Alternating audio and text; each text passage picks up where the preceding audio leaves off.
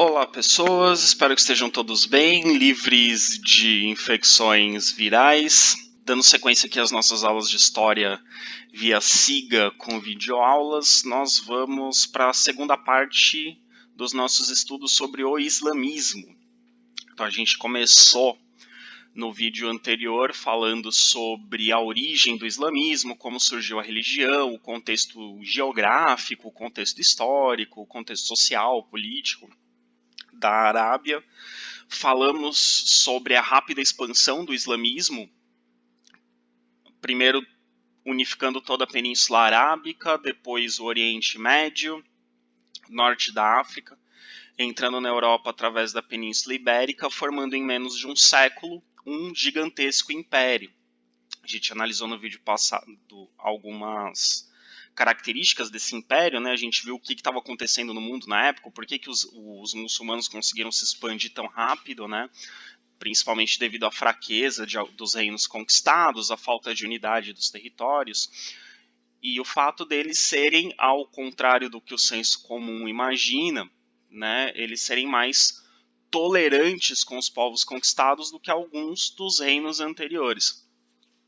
E nós terminamos o vídeo passado justamente falando dessa tolerância, né? E que eles obrigavam os povos conquistados a se converter ao islamismo, exceto cristãos e judeus, porque eles consideravam cristãos e judeus uma espécie de irmãos mais velhos da fé, né? Uma espécie de antecessores da fé islâmica, né? Eles veem nos judeus e nos cristãos antecessores do islamismo, porque judeus e cristãos seguiram os profetas anteriores, só ainda não aceitaram a mensagem do maior profeta, do verdadeiro profeta, que é Maomé. Mas eles entendem que os profetas judeus do Antigo Testamento, os profetas do cristianismo, também são profetas. E a gente viu um pouco dessa relação entre os muçulmanos e as outras religiões. E se a gente parar para pensar, muçulmanos e cristãos têm muito mais coisas em comum do que diferenças. Mas como a maioria dos conflitos que existem no mundo, assim também os muçulmanos e judeus têm muito mais coisas em comum do que diferenças. Mas assim como a maioria dos conflitos que existem no mundo, as pessoas entram em conflito focando nas diferenças, né, e não nas semelhanças. Bom, e a gente viu também que o islamismo, o Islã, ele era não só uma religião, ele era também um império. Então, Maomé iniciou não apenas uma nova religião, mas ele iniciou um estado, né? Ele iniciou um império. Então, o Islã cresceu ao mesmo tempo como religião e como império. As conquistas do Islã eram conquistas religiosas, ao converter as populações conquistadas, mas também eram conquistas territoriais, eram conquistas econômicas, eram conquistas políticas. Então o Islã cresceu em cerca de 80 anos, pouco mais de 80 anos, do surgimento do islamismo até, aliás, da morte de Maomé, né, até a conquista da Península Ibérica, cerca de 80 anos, para formar um grande império. Então, existe uma unidade entre a noção de política e a noção de religião. Por isso que existem no mundo hoje países que são oficialmente islâmicos. O islamismo, ele é a base não só da religião das pessoas, mas ele é a base da constituição do país, é a base das leis do país. Então, o islamismo tem essa questão.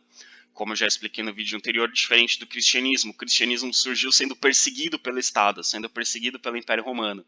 Então, ao longo da história do cristianismo, ele é de perseguido à religião oficial, mas ao longo da história ele vai oscilando. Tem horas que o cristianismo está próximo do poder, que ele tem influência. A gente vai ver que na Idade Média a Igreja Católica vai ter muita influência sobre a política europeia. Em outros momentos a Igreja vai estar mais distante do poder. Então fica oscilando, né? Principalmente a Igreja Católica, ela oscila, né, entre proximidade com o poder e distância do poder. O protestantismo também, ao longo da história, vai ter momentos que os protestantes vão estar mais próximos do poder, vai ter momentos que eles vão estar mais distantes, dependendo do país, dependendo da época. O islamismo, em muitos países, a religião islâmica e a política são misturadas. Você não tem diferença. O líder político é também um líder religioso, ou o líder religioso ele influencia na escolha dos líderes políticos. Então, no islamismo isso é tudo muito mais próximo. Isso ajuda a explicar por que os países islâmicos Os países que têm o islamismo como religião oficial, eles são tão mais conservadores ou tão mais seguem tão mais à risca os preceitos da religião islâmica. Bom, os muçulmanos, hoje existem muçulmanos espalhados por todo o mundo, em todos os continentes, né? Aqui, como eu já disse, né, aqui em Uruguaiana a gente tem uma comunidade islâmica significativa, né? Então a gente tem pelo mundo todo muçulmanos, assim como no mundo todo existem cristãos, né? São as duas maiores religiões do mundo, né? Tem uns debates para ver que, né, tem cada nova pesquisa sai uma contagem diferente. Às vezes os muçulmanos são considerados a maior religião do mundo, às vezes os cristãos, né, somando a Igreja Católica e todas as denominações protestantes, os cristãos seriam mais numerosos do que os muçulmanos, mas as duas religiões têm aproximadamente a mesma quantidade de seguidores, e as duas juntas formam aí mais da metade ou mais da metade da população, ou quase metade da população mundial, enfim, as duas populações juntas dá um número muito grande de fiéis ao redor do mundo. Mas enfim, esses muçulmanos, pelo mundo todo, eles têm alguns pontos de unidade. O islamismo é uma religião que faz com que os seus seguidores tenham uma certa unidade entre si. Eu diria que, do ponto de vista cultural, os muçulmanos espalhados pelo mundo, eles são mais parecidos entre si do que os cristãos espalhados pelo mundo, por exemplo. Né? Você comparar um católico brasileiro com um católico europeu, ou um católico africano, ou um católico asiático, eles não vão ser tão parecidos. Mas um muçulmano brasileiro, um muçulmano europeu, um muçulmano africano, um muçulmano asiático, eles vão ser mais parecidos. E quais são os fatores da religião islâmica que faz com que eles tenham essa unidade? Primeiro, o Corão, o livro sagrado do islamismo, ele dita uma série de costumes, uma série de práticas. Ele detalha muito mais as regras a serem vividas no cotidiano das pessoas do que a Bíblia, por exemplo. A Bíblia, para o cristão, não tem muitas interdições. A Bíblia não tem muita coisa que diga o que se deve comer ou não se deve comer, como se vestir, como se comportar. Sobre comportamento, sobre costumes, tem algumas coisas, mas não tem tantos detalhes. No islamismo você tem claramente no Corão, dizendo o que pode comer, o que não pode comer. Existem alimentos que são proibidos, existem alimentos que não devem ser consumidos, existem práticas que devem ser evitadas, a forma de se vestir é mais rígida, né, no islamismo, é mais detalhada. Então isso faz com que os muçulmanos pelo mundo tenham características mais próximas. E outra característica que diferencia do cristianismo é que o islamismo tem uma língua sagrada. O islamismo tem o árabe. O árabe é considerado uma língua sagrada porque era a língua do profeta. Maomé falava árabe. Então, e o Corão foi escrito em árabe. Segundo a tradição islâmica, ele foi ditado em árabe pelo anjo Gabriel e repassado por Maomé a seus seguidores em árabe. Então, o árabe é uma língua sagrada. Então, os muçulmanos pelo mundo todo, por mais que não sejam fluentes em árabe, alguma coisa de árabe eles têm que saber para entender a mensagem do Corão, para fazer as suas orações. Então, alguma coisa de árabe eles têm que conhecer. Diferentemente dos cristãos. Os cristãos pelo mundo não têm uma língua que os unifica. A Igreja Católica, por exemplo, tem o latim, mas o latim é uma língua, digamos, oficial, é uma língua dos documentos da Igreja Católica. Os católicos pelo mundo não aprendem latim para participar da missa. Antigamente a missa católica era celebrada em latim, hoje em dia não mais, ela é celebrada na língua do povo. Então o católico não precisa saber latim para ser católico. Já o muçulmano precisa saber alguma coisa de árabe para entender melhor a sua religião. Então isso faz com que os muçulmanos tenham aspectos culturais e comportamentais muito parecidos ao redor do mundo. Então isso faz com que eles tenham uma certa unidade.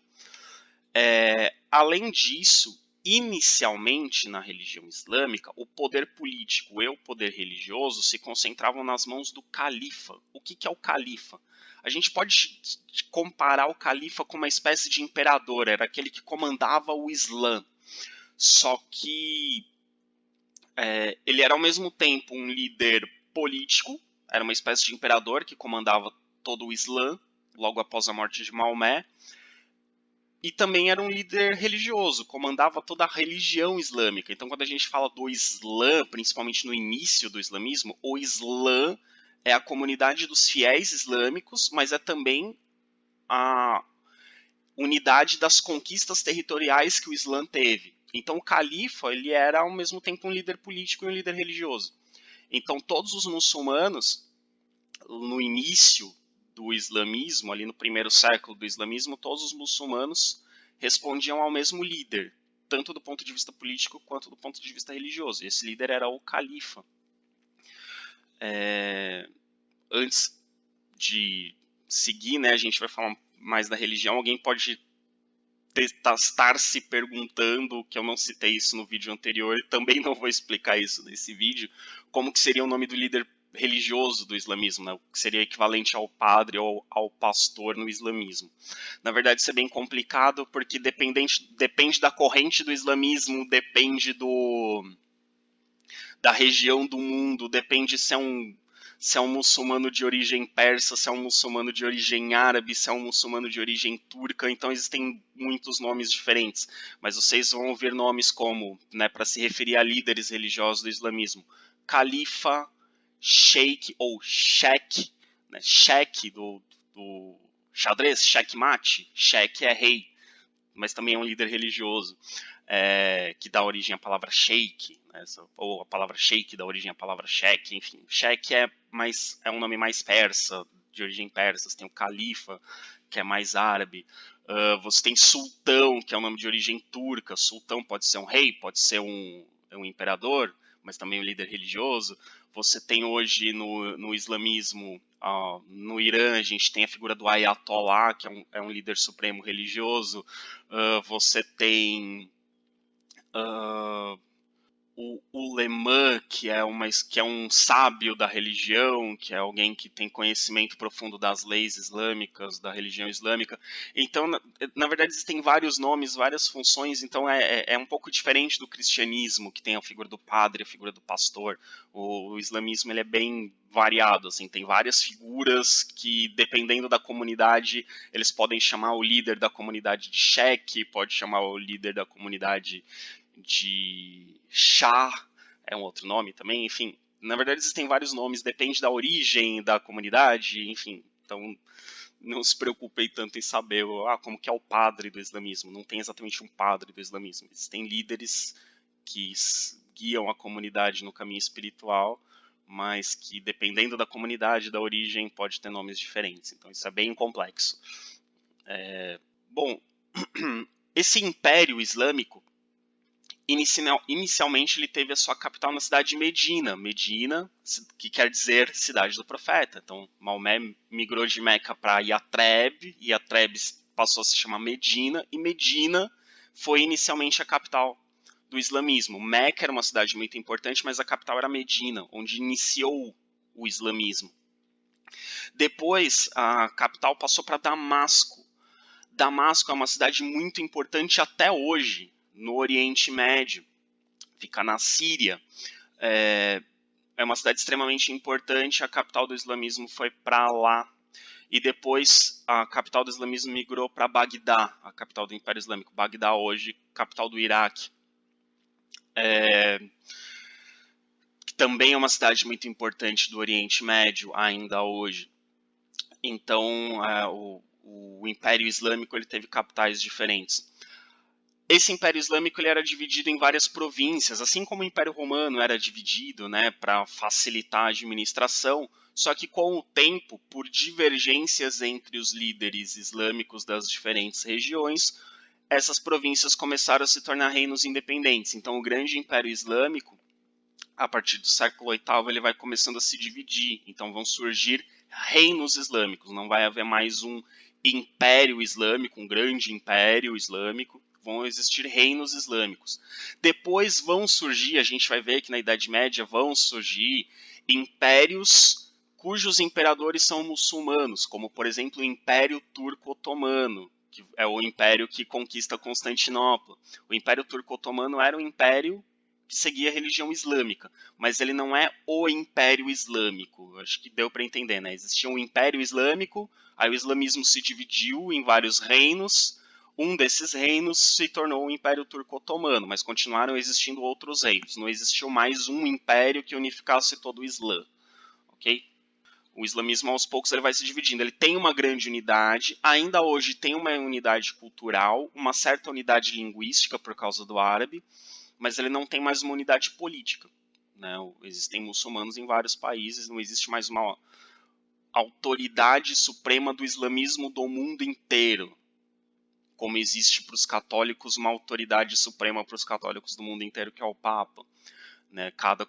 Cada região do islamismo tem líderes, cada vertente do islamismo tem seus líderes. Okay? Hoje existe uma divisão importante entre os muçulmanos, e quando eu falei no vídeo anterior que eu ia demonstrar para vocês que os terroristas são a minoria da minoria, é com base nisso aqui que eu vou explicar para vocês o que quer dizer isso, de minoria da minoria. O mundo islâmico, a totalidade dos fiéis muçulmanos pelo mundo inteiro, a gente pode dividir em dois grandes grupos. Na verdade, existem vários grupos. Da mesma forma que existem diversas igrejas protestantes pelo mundo, que são todas cristãs, existem várias vertentes do islamismo, com interpretações diferentes da mensagem do Corão. Mas todas essas interpretações do islamismo a gente pode dividir em dois grupos principais, que vocês já devem ter ouvido essas palavras em algum momento da vida de vocês. Esses dois grupos são os sunitas e os xiitas. E esses grupos têm subdivisões, e aí a gente tem a totalidade dos muçulmanos. Quando Maomé, de onde vem essa divisão, né? Quando Maomé morreu no ano de 632, houve uma discussão entre os muçulmanos para ver quem seria o sucessor de Maomé, quem ia comandar o islamismo. Segundo a maioria dos muçulmanos, lá após a morte do Maomé, o sucessor de Maomé deveria ser escolhido pelos próprios fiéis, pelos próprios muçulmanos. Então o povo islâmico iria escolher o sucessor de Maomé. Esse grupo, que é a maioria, ficou conhecido como sunitas. Sunita quer dizer a maioria. Então a maioria do islamismo são os sunitas.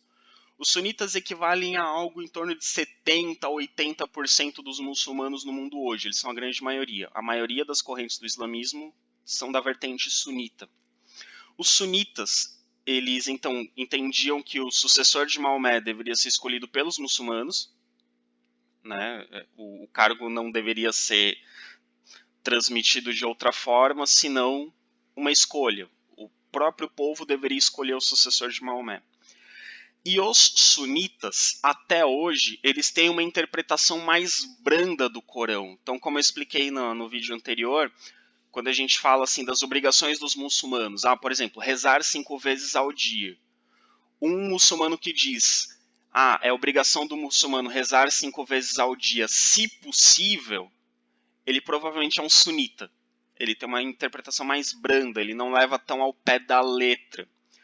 Um muçulmano que entende a jihad, como eu expliquei no vídeo anterior, como um esforço pessoal contra o pecado e não uma guerra contra os infiéis, provavelmente é um sunita. Ele tem uma interpretação mais branda, ok? O outro grupo são os xiitas. Xiita quer dizer minoria. Eles equivalem hoje a algo entre 20% e 30% dos muçulmanos no mundo. Eles são a minoria. Os xiitas, quando Maomé morreu, era um grupo que defendia que o sucessor legítimo de Maomé seria Ali. Ali era genro de Maomé, ele era casado com uma das filhas de Maomé. Então eles entendiam que o Ali era o verdadeiro sucessor, porque ele receberia o cargo do profeta, o cargo de Maomé, por herança.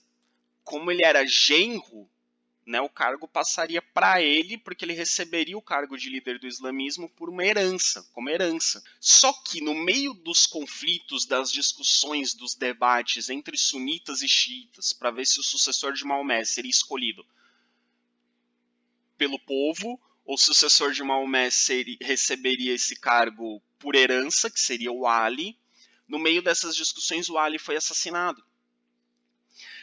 E aí acabou que o líder de Maomé foi escolhido, o líder não, o sucessor de Maomé foi escolhido pelo povo islâmico. E aí os xiitas romperam com os sunitas. Os xiitas, então, são muçulmanos também, seguem o Corão também, seguem a religião islâmica, mas eles têm uma interpretação mais literal do Corão. Por que eles entendiam que o Ali deveria ser o sucessor? Eles entendiam, bom, quem escolheu o profeta foi Deus através do anjo Gabriel, Maomé. Então não é o povo, não são os homens que têm que escolher o sucessor de Maomé. O sucessor de Maomé tem que receber isso de herança. Da mesma forma que o rei passa o cargo para o seu filho, o sucessor de Maomé tem que receber o cargo de herança. Então, como Maomé tinha várias filhas, seria um genro o sucessor de Maomé. Né? Não seria como ele não tinha filho homem, seria um genro. Então, eles acreditavam que tinha que ser dessa forma a transmissão. E os xiitas, eles têm uma interpretação mais literal do Corão. Então, o muçulmano que diz que você tem que rezar 5 vezes por dia e ponto, você tem que parar o que está fazendo para fazer suas 5 orações por dia, provavelmente ele é um xiita. O muçulmano que diz que você tem que jejuar no mês do Ramadã, não importa o que aconteça, provavelmente ele é um xiita. Então, um muçulmano que entende a jihad como uma guerra contra os infiéis, que eu tenho que matar infiéis se isso for necessário, provavelmente ele é um xiita. Os grupos terroristas islâmicos geralmente são facções de grupos xiitas. Então, o que eu estou dizendo? Os xiitas eles são a minoria, mas a grande maioria dos xiitas não é terrorista. Os terroristas são a minoria entre os xiitas. Eles são o menor grupo, eles são um grupo muito pequeno entre os xiitas. Mesmo entre os xiitas, que têm uma interpretação mais literal do Corão, que são mais radicais, os terroristas são poucos. Por isso que eu digo que os terroristas são a minoria da minoria. Os xiitas são a minoria entre os muçulmanos. E os xiitas são a minoria entre os muçulmanos. E os terroristas são a minoria entre os xiitas. Portanto, eles são a minoria da minoria. Tudo bem? Então é um grupo bem pequeno, grupos terroristas. Só que o que acontece, pessoal? A imagem que a gente tem do muçulmano é a imagem do xiita. Quando a gente vê na televisão lá aqueles protestos de países islâmicos contra alguma coisa que aconteceu, as pessoas na rua queimando bandeira dos Estados Unidos, queimando bandeira de Israel, com arma na mão e gritando morte ao Ocidente, etc, etc, são xiitas. São esses que aparecem na televisão. Não vai aparecer na televisão sunita andando na rua. Né? Então, a imagem que a gente tem é dos radicais, é da minoria, dos xiitas. Hoje, um dos países mais conhecidos por ser um país islâmico e por ter muitos fundamentalistas e por ser um grande inimigo dos Estados Unidos, por exemplo, é o Irã. O Irã é um país com maioria xiita. A maioria dos muçulmanos no Irã são xiitas. Mas, como eu disse, os xiitas são a minoria. A maioria dos muçulmanos, por exemplo, a gente tem na Arábia Saudita. Na Arábia Saudita, a maioria da população é sunita. Né? Vamos ver aqui um mapa. Esse mapa mostra tudo que está em amarelo ou rosa são países com grande quantidade de muçulmanos. Onde está amarelo é países com grande quantidade de muçulmanos em que a maioria é sunita. Onde está em rosa, países com grande quantidade de muçulmanos em que a maioria é xiita. Então percebam que os sunitas são a maioria da maioria. E esse mapa não mostra, por exemplo, mais a leste aí, a Indonésia. A Indonésia é o país do mundo com maior quantidade de muçulmanos. E ela não está nesse mapa. E a gente está mostrando só a África e a Ásia. E a África, a Ásia e a Europa. Percebam que o rosa vai englobar ali o Irã. Então, o grande centro xiita do mundo, mais radical, que segue mais literalmente o islamismo, são os xiitas. E a gente tem na Península Arábica alguns pontos, ali na Turquia a gente tem alguns pontos, no Iraque a gente tem uma grande comunidade xiita, no Afeganistão, vocês vão ver ali no mapa, também tem uma grande comunidade xiita. Então percebam que os países que a gente ouve falar por conta de conflitos, de terrorismo, de guerras, de muçulmanos, são o Iraque, o Irã, o Afeganistão, que tem essas comunidades. Vocês vão ver ali do lado da Síria, tem uma manchinha rosa um pouco maior. O que é aquilo ali? É a região da Palestina, região da faixa de Gaza. Então, as regiões onde tem mais conflitos entre muçulmanos e cristãos, ou entre muçulmanos e judeus, são justamente as regiões em que tem muitos xiitas. Só que os xiitas são a minoria. Né? A gente não ouve falar dos muçulmanos da Argélia, no norte da África. Por quê? Porque eles não aparecem fazendo protestos armados, queimando bandeira, ou a gente nunca ouve falar de terroristas argelinos, por exemplo, né? A gente não ouve falar de terroristas indianos. A Índia, a maior parte da população da Índia segue a religião hindu, segue o hinduísmo. Só que a Índia tem mais de 1 bilhão de habitantes. Né? Só 30% da população indiana é muçulmana. Só que 30% de 1 bilhão é 300 milhões. Então tem mais muçulmanos na Índia do que brasileiros no Brasil. E a gente não ouve falar de terroristas islâmicos indianos. Então a imagem que a gente tem do terrorista islâmico é dos xiitas, mas de novo, não é de todos os xiitas, é da minoria dos xiitas. Então é a minoria da minoria, ok? Espero que isso tenha ficado claro. Então, assim, eu peço muito do fundo do coração para vocês, parem de associar o muçulmano com o terrorista.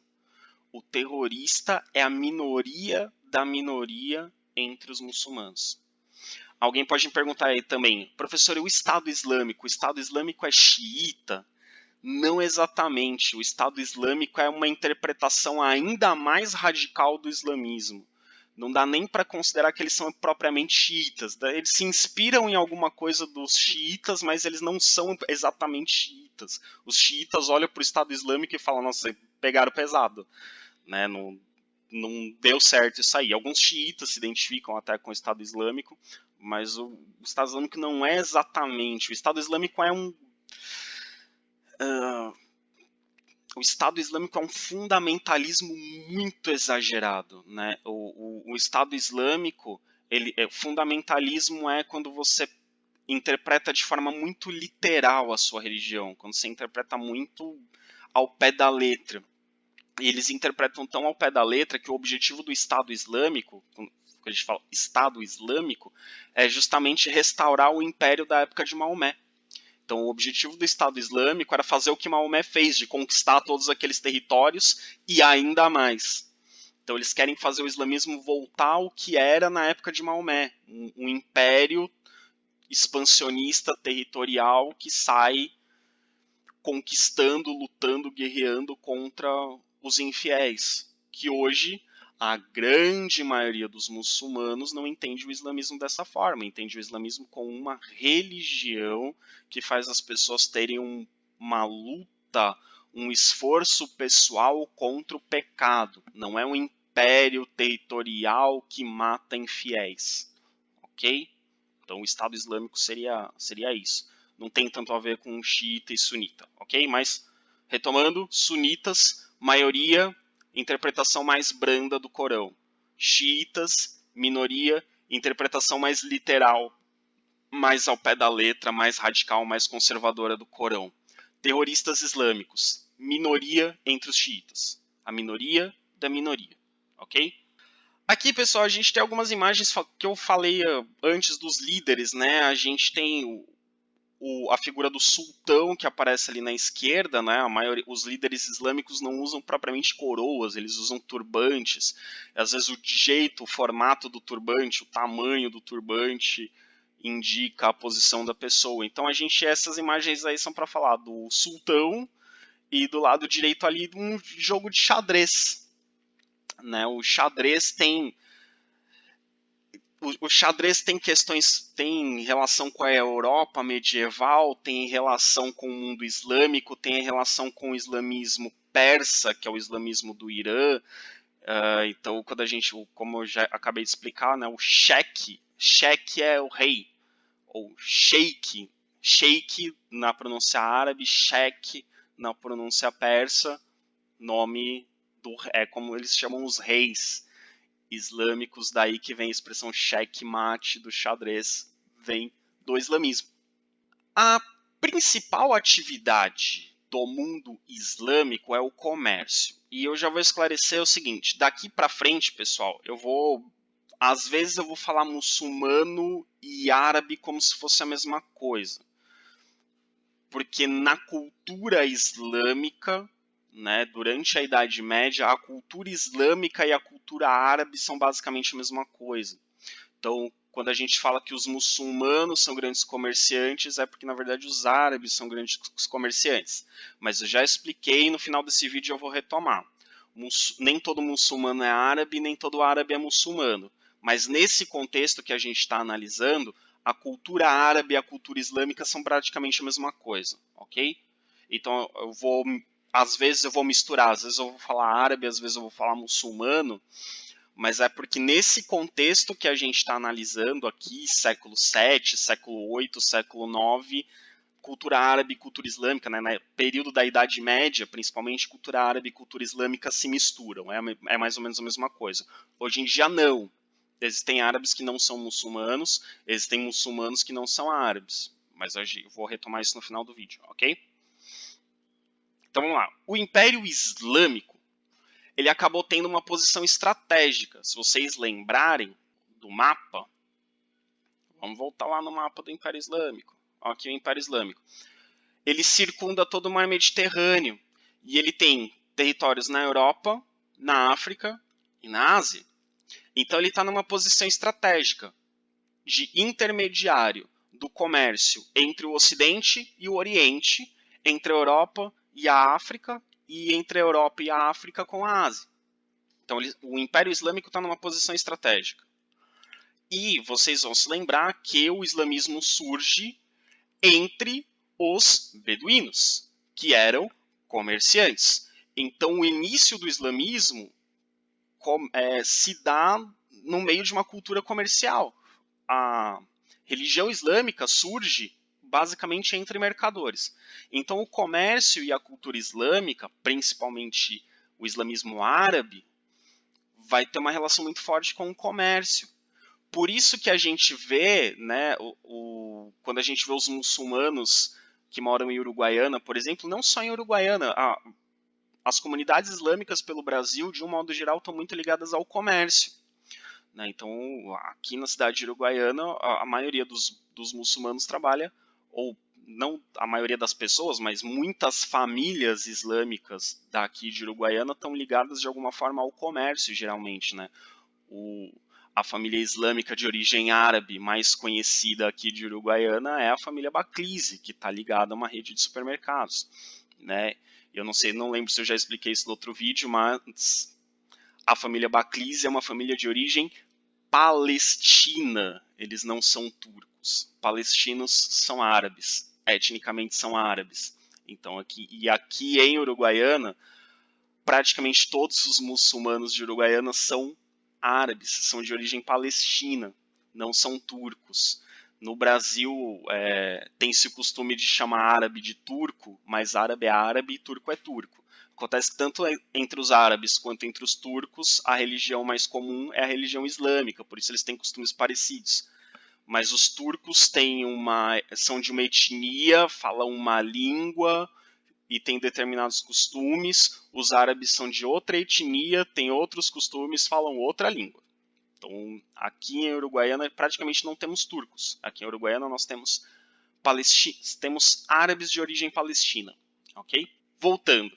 Então, o Império Islâmico é um império basicamente de comerciantes, comandado por comerciantes. O próprio Maomé era um comerciante. E ele está numa região estratégica. Os muçulmanos, eles têm uma série de invenções ligadas ao comércio, ligadas à atividade comercial. E eles utilizavam muito, e a gente vai ver que isso é muito diferente do que vai acontecer na Europa, na Idade Média, eles utilizavam moedas. Eles tinham moedas de ouro, que são os dinares. Então, o dinar é a moeda de ouro. A moeda de prata é o dirham. E os árabes, também, os árabes que são muçulmanos nessa época, árabe muçulmano, nesse momento que a gente está estudando é a mesma coisa. Aliás, nesse momento todo árabe é muçulmano, então se eu falo de árabe eu estou falando de muçulmano, ok? Depois que isso vai mudar, mas aqui árabe é muçulmano. Nem todo muçulmano é árabe, mas aqui o árabe é muçulmano. Os cheques foram a invenção dos árabes. Para que eles não precisassem andar transportando várias moedas de ouro e de prata, eles criaram um documento que valia uma determinada quantidade de dinheiro, era assinado, você levava esse documento num banco e resgatava o dinheiro, como é até hoje. Né? Então esse documento dizia, né, que a pessoa estava te dando um tanto de dinheiro, aí essa pessoa ia no banco, resgatava o dinheiro e a pessoa que emitiu o cheque depois pagava para o banco. É assim que funciona. Ou a pessoa já tinha o dinheiro depositado no banco, aí quem recebeu o cheque até o banco tirava o dinheiro que a outra pessoa já tinha depositado. Quais eram as principais mercadorias que esses comerciantes árabe/muçulmanos comercializavam? Eram produtos de luxo que vinham da Índia e da China, principalmente tecidos da China e especiarias da Índia. Especiarias são temperos. Quando a gente for estudar as grandes navegações mais para frente, a gente vai ver que esses temperos são importantes porque eles melhoram não só o sabor do alimento, mas eles têm a ver com a conservação do alimento. Eles ajudam a conservar o alimento, fazem o alimento durar mais tempo, por isso que eles são importantes. Os muçulmanos também comercializavam escravos e matérias-primas que vinham da Europa e da África. Comércio de escravos aqui, pessoal, e a gente vai falar várias vezes de comércio de escravos ao longo desse ano. Quando a gente fala de escravo, comércio de escravos, ainda não é o comércio de escravos que a gente viu no Brasil, né, dos escravos africanos sendo trazidos, ou dos africanos escravizados sendo trazidos para o Brasil como mercadorias. Os muçulmanos vendiam escravos, faziam comércio de escravos, mas a relação com a escravidão no mundo islâmico era um pouco diferente. O escravo no mundo islâmico geralmente era alguém que era incorporado à família para ajudar nos trabalhos domésticos. Então ele era vendido, né, ele era comercializado, era uma mercadoria, mas ele era incorporado à família para ajudar nos trabalhos domésticos. Então a relação do dono do escravo com o escravo no mundo islâmico era um pouco diferente da relação do dono de escravo com o escravo no Brasil colonial, por exemplo. No Brasil colonial, o escravo não era visto sequer como ser humano, ele era meramente uma mercadoria. No mundo islâmico não era bem assim, o escravo ele era incorporado à família. E os árabes também comercializavam o próprio artesanato, o artesanato árabe, que era muito importante. Né? A gente tem ainda hoje, no Oriente Médio, são muito famosos os tapetes árabes e os tapetes persas. Persa não é árabe, mas é muçulmano. Então, esses tapetes ainda são muito conhecidos, né? E tem as lendas, né? Como por exemplo que aparece no Aladim do tapete voador, né? O tapete é um símbolo do artesanato árabe, da cultura islâmica de um modo geral. Né? O tapete é importante também na cultura islâmica, porque o tapete é onde você faz a sua oração. Você tem que parar 5 vezes por dia para rezar virado para Meca. Você faz essa oração em cima de um tapetinho, não é no chão. Você pega o seu tapetinho de oração, estende ele no chão e faz a sua oração. Então o tapete é um símbolo importante também da cultura islâmica. Aqui a gente tem imagem de um mercado. Nos países islâmicos hoje, principalmente no Oriente Médio, esse tipo de mercado ainda existe. Eles existiam na Idade Média e existem até hoje. Então é muito forte na cultura islâmica a coisa do comércio. E é muito forte na cultura islâmica, o que é muito interessante, a coisa da negociação. Faz parte da cultura islâmica negociar. Então, e é algo que a gente estranha às vezes, mesmo aqui em Uruguaiana. Se você entra numa loja de palestinos aqui em Uruguaiana, né, que são árabes e muitos deles muçulmanos, se você é atendido pelo dono da loja, que é palestino, ele vai ficar o tempo todo te oferecendo coisas e te falando preço. Pra gente, pra nós, na cultura ocidental, isso é até um pouco, é até meio chato, né? Até meio irritante, assim, ele tá oferecendo coisa, eu só entrei pra olhar os produtos, ele tá me oferecendo coisa, tá me falando preço. Isso é absolutamente normal na cultura islâmica. Isso é esperado na cultura islâmica, que o vendedor te ofereça. Então isso é absolutamente comum. E também é muito forte a coisa da negociação. Como assim a coisa da negociação? Não aqui no Brasil, né? Não, mas se você vai no mercado árabe, lá no Oriente Médio, é muito comum que, se o vendedor te dá um preço e você fala, custa tanto, e você simplesmente fala assim, tá bom, vou lá e pago, ele vai achar estranho. Porque é comum na cultura que você negocie. Então ele vai te oferecer, você vai pedir não. Ele fala, custa 20. Não, eu não pago 20, eu pago 15. Aí eu falo, não, por 15 eu não vendo por 18. 18 ainda tá caro pra mim, faz por 16. Aí ele fala, então se eu te vender dois, eu te faço por 17 cada um. É a negociação. Isso é comum na cultura islâmica. Até pode acontecer em algumas lojas de donos de origem árabe aqui no Brasil, mas na cultura islâmica isso é muito forte. E, e é até ofensivo você aceitar de primeiro valor, porque dá a impressão para o vendedor que você não. É curioso, mas dá a impressão que você não está valorizando o trabalho dele, que você não está valorizando o produto. Porque se ele oferece, você vai e paga, dá a impressão que, tá barato, nem vale nada isso aqui, nem quero, né? Nem quero não, né? Mas assim, nem me importo de levar, tá barato, tá? É um produto pouco valioso. Agora, se você negocia, você está demonstrando que você quer o produto e que ele é valioso e que ele está cobrando um preço porque ele é valioso, mas você está barganhando para tentar diminuir, mas aquele produto é valioso, ele é importante. Então a negociação faz parte da cultura árabe, né, da cultura islâmica, né, a coisa do negociar. Por isso que a gente fala dos árabes, dos muçulmanos como grandes negociantes. E na cultura islâmica de um modo geral, isso é entre os árabes, isso é entre os persas, isso é entre os turcos, né? Então isso é difundido nessa cultura. E um povo que não é muçulmano, mas que tem uma cultura parecida, são os judeus. Os judeus também têm essa coisa da negociação, do comércio, de valorizar o produto, de lidar com dinheiro. Isso é bastante forte no Oriente Médio, de um modo geral. Isso tanto entre muçulmanos quanto entre judeus. Os judeus também isso é parecido também.